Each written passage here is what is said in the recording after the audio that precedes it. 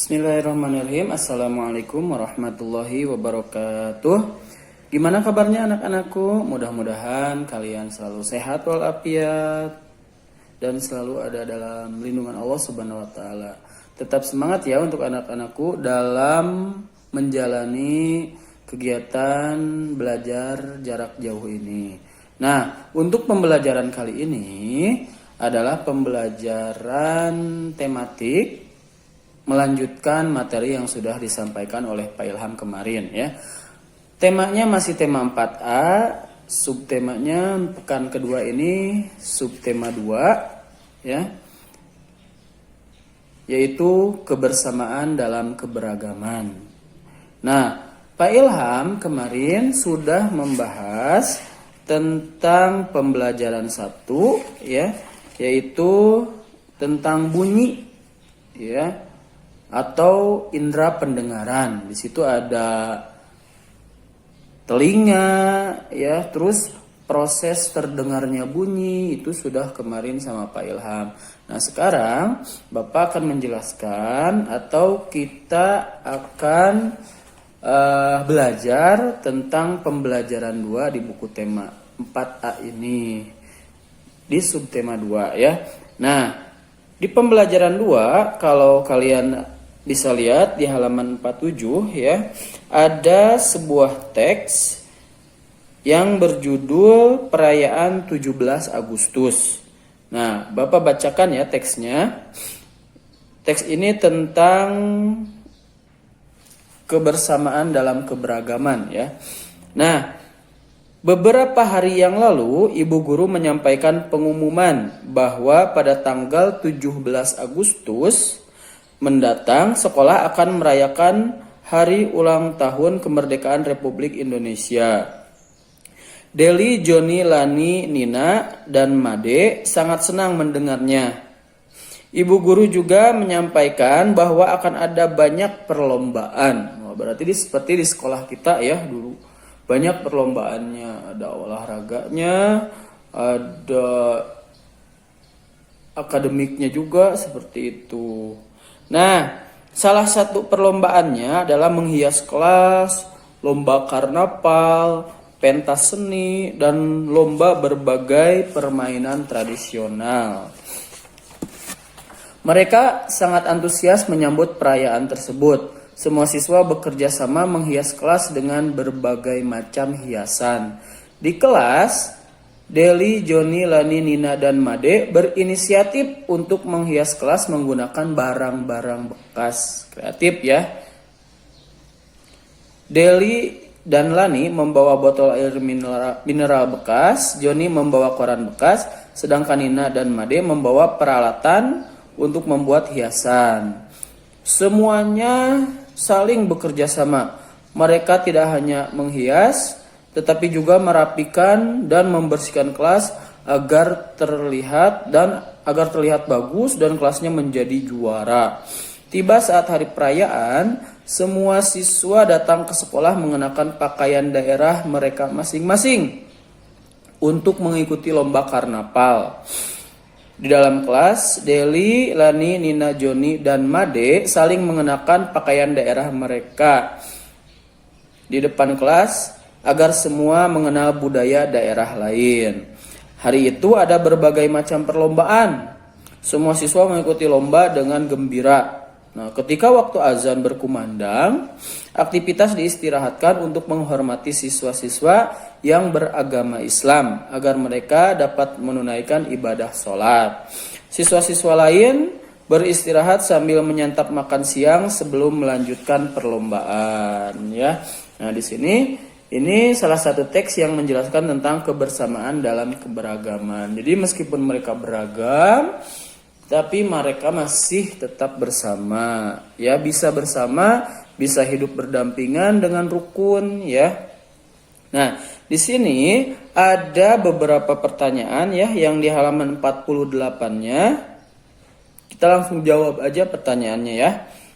Nah, berdasarkan bacaan di atas, yang berdasarkan teks tadi ya, yang sudah Bapak bacakan, jawablah pertanyaan berikut ini. Pertama, apa saja bentuk keberagaman yang terdapat dalam bacaan tersebut? Nah, kalau kita lihat bentuk keragaman yang ada di teks ini ya, ini ada keragaman pakaian daerah ya, karena Deli, Lani, Nina, Joni, Made saling mengenakan pakaian daerah masing-masing. Berarti di situ ada keragaman pakaian daerah. Kalau berdasarkan teks yang tadi dibacakan atau yang ada di halaman 47 ya. Nah, ada lagi keberagamannya di sini di dalam teks, yaitu keberagaman agama. Karena saat adzan berkumandang, ada siswa yang menunaikan ibadah sholat, ada juga siswa yang beristirahat. Artinya agama mereka pun beragam. Nah, itu keragaman yang terdapat dalam teksnya ya. Kemudian nomor 2, apa saja kegiatan yang menunjukkan kerjasama dan tolong-menolong dalam kehidupan sehari-hari? Kalau kegiatan yang menunjukkan tolong-menolong dalam kehidupan sehari-hari itu banyak ya. Seperti contohnya misalkan kerja bakti, membersihkan selokan yang ada di lingkungan ya, memotong rumput yang ada di lingkungan, rumputnya udah panjang-panjang itu dipotong, kerjasama. Itu juga menunjukkan sikap kerjasama dan tolong menolong. Ataupun ada tetangga kita atau siapapun yang terkena bencana kita tolong, itu menunjukkan juga kerjasama dan tolong menolong. Yang jelas kerjasama dan tolong menolong itu harus dalam hal kebaikan. Itu kalau dalam kehidupan sehari-hari.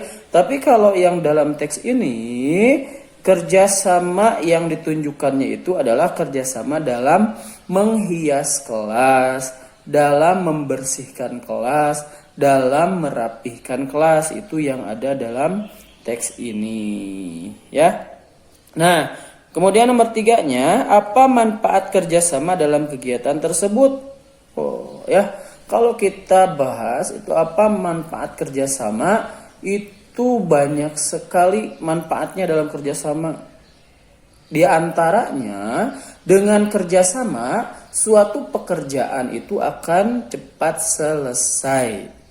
Pertama, ya, pekerjaan akan cepat selesai. Yang kedua,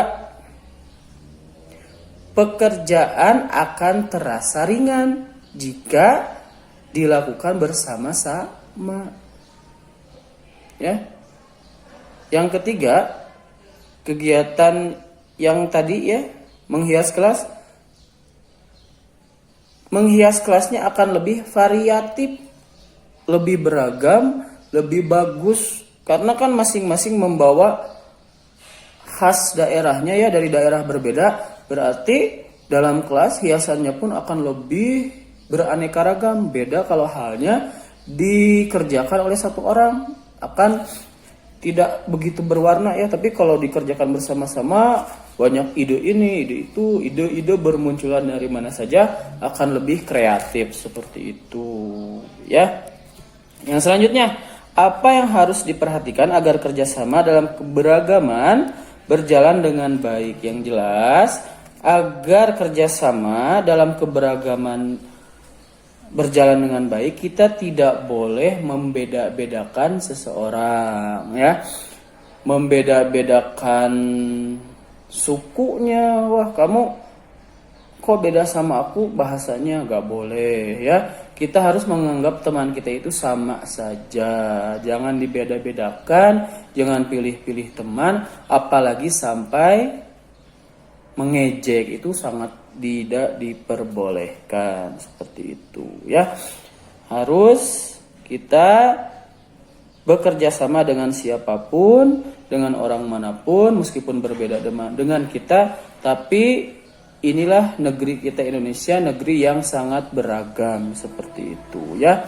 Dan kita harus menyadari justru keragaman tersebut harus membuat kita lebih kuat lagi, lebih kompak lagi, lebih rukun, supaya Indonesia menjadi negara yang kuat, tidak mudah goyah oleh negara lain seperti itu ya.